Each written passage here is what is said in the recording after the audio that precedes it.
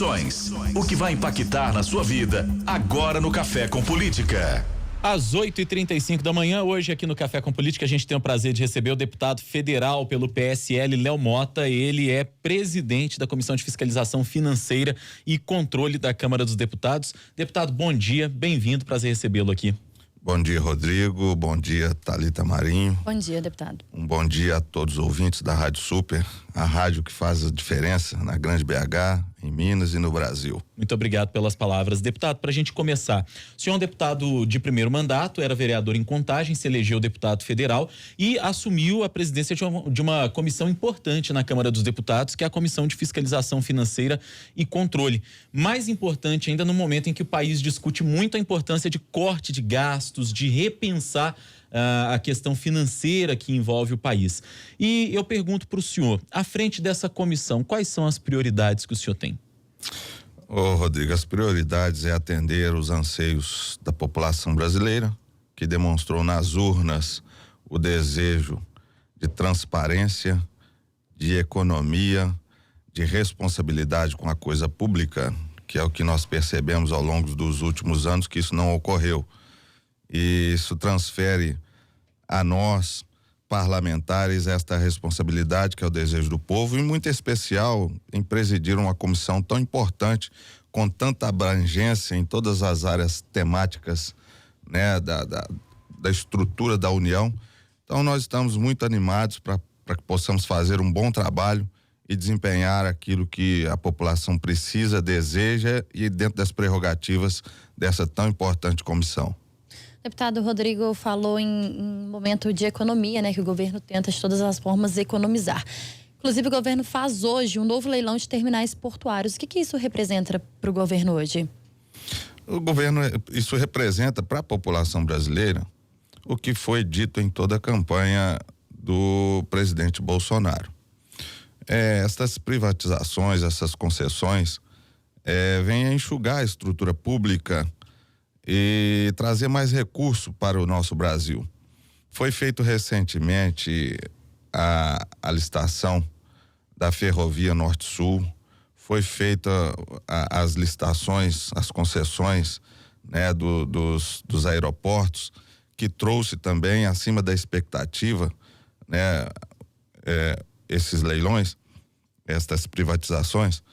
E nós esperamos que em todas as ações do governo, do Ministério da Infraestrutura, sejam assertivas para que possamos realmente enxugar a máquina brasileira, enxugar a estrutura da União, privatizando, gerando emprego e renda para o nosso povo. Deputado, eu queria falar com o senhor a respeito da reforma da Previdência, que é o primeiro grande teste para valer que o governo Bolsonaro vai enfrentar na Câmara dos Deputados. Houve um princípio de percalço na relação com o presidente Rodrigo Maia, parece que a coisa agora foi superada e que a reforma vai de fato começar a andar, pelo menos nos últimos dias, é aquilo que tem dado para sentir do clima da Câmara. E aí eu pergunto para o senhor acredita que a reforma passa nos moldes do que o governo apresentou, ou o presidente Bolsonaro ainda precisa fortalecer mais essa base, uma vez que a reforma da Previdência depende muitas vezes, inclusive, do chamado quórum qualificado, ou seja, 3/5 de votos favoráveis dos deputados? Rodrigo, é uma análise pertinente, mas eu não posso fazê-la com nenhuma precipitação.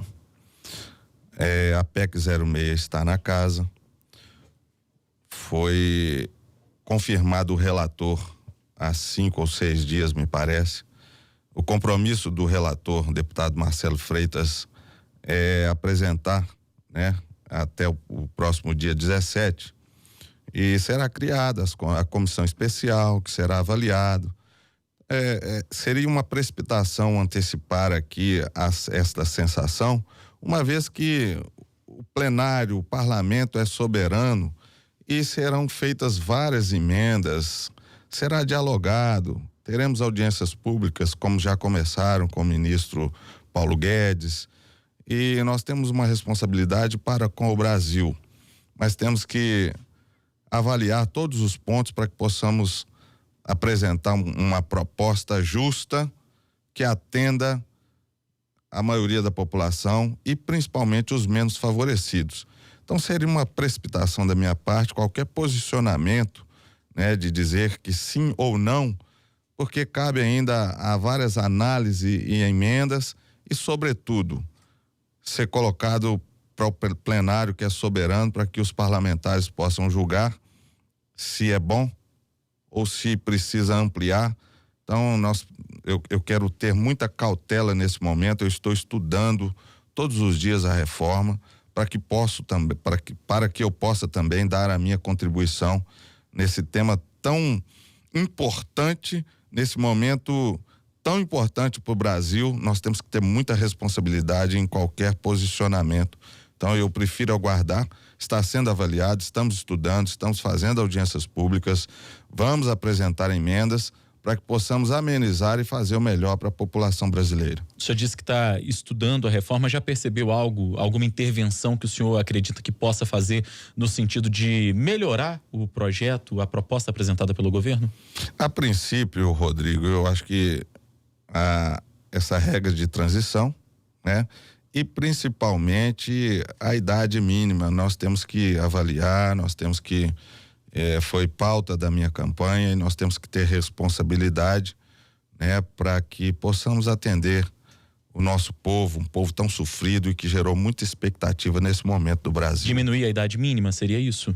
Seria diminuir a idade mínima. O senhor tem uma ideia de para quantos anos seria ou ainda está em estudo? Não, está em estudo ainda, para que possamos ser justos, né? E a idade seria um ponto crucial, ao meu ver, né? Os 65 anos, eu acho que precisamos refletir um pouco e pensar na maioria da população que tem em suas funções, né, uma exigência muito maior que outras.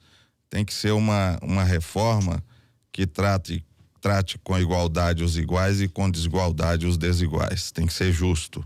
Deputado, em relação à reforma da Previdência proposta para os militares, o senhor acha que tem algum tipo de vantagem em relação à proposta para os servidores comuns? Thalita, existem vários questionamentos, inclusive dos próprios militares, quanto à proposta apresentada em separado. Está sendo avaliado. Eu prefiro aguardar para me posicionar. Sou funcionário público de carreira. Tem as demandas também que são chegadas até a mim, né, da classe que pertenço. Eu prefiro aguardar para, no momento propício, eu me manifestar de forma definitiva. Deputado, a gente nos últimos dias tem noticiado o posicionamento do presidente Jair Bolsonaro, o posicionamento do ministro da Educação, falamos disso agora há pouco, em relação a 31 de março de 1964. E aí eu pergunto para o senhor, e o senhor é do partido do presidente, foi golpe ou não foi?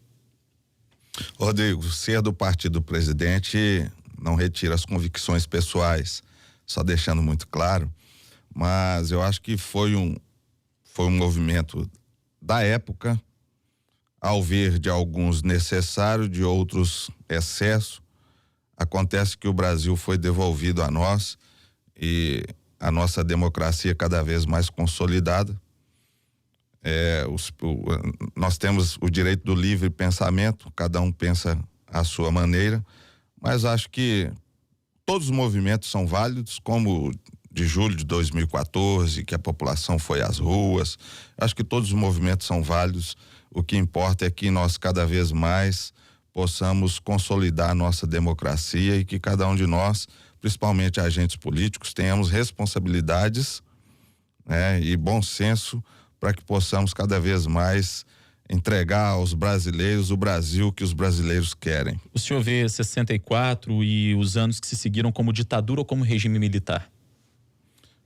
Eu vejo como necessário ao momento, né, o sistema que foi implantado para a devolução ao Brasil dos brasileiros.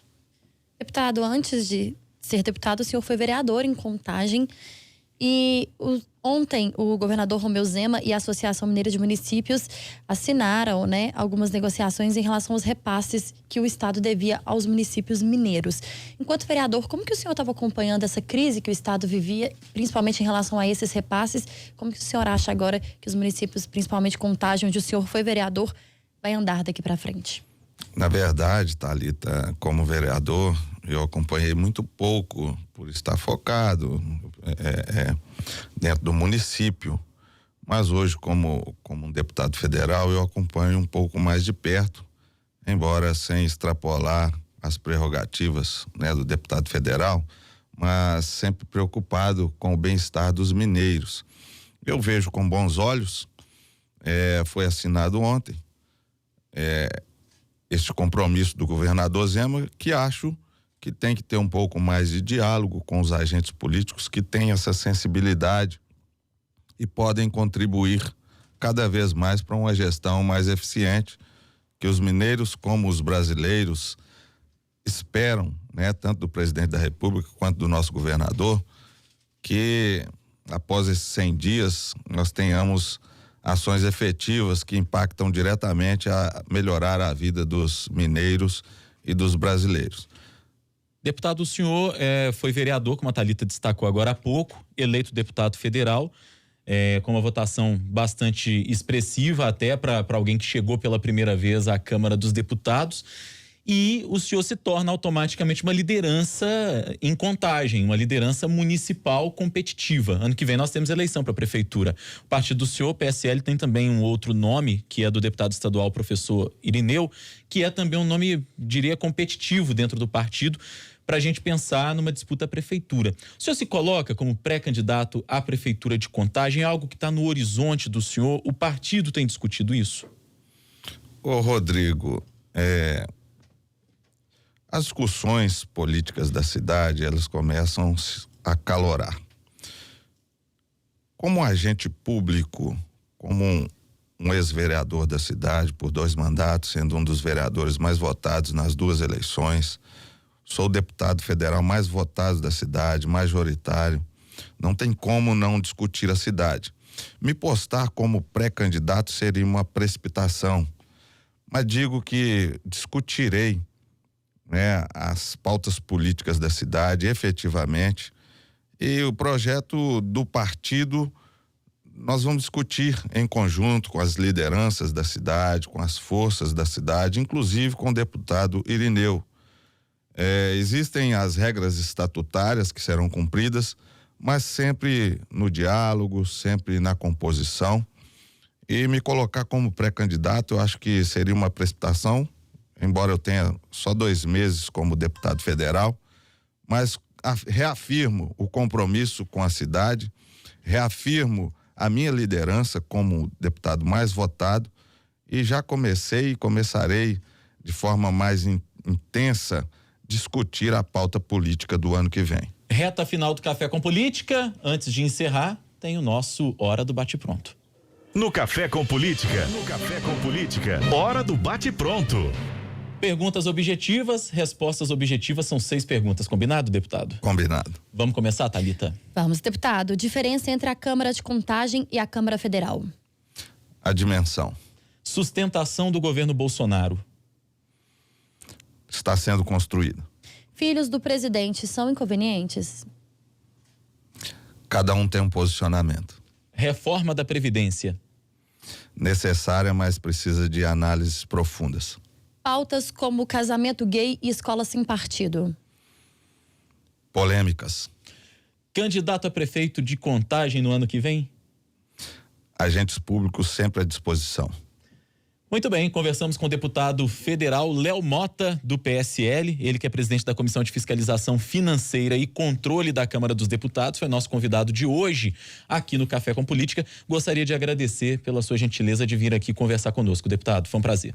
Eu que agradeço, Rodrigo Freitas, Thalita Marinho, a todos os trabalhadores aqui da Rádio Super, eu que me sinto honrado em poder estar aqui, quero agradecer aos ouvintes, em especial os nossos munícipes, a rádio é aqui em Contagem, nosso povo de Contagem, fica registrado aí o meu abraço, fica registrado o meu compromisso com a cidade.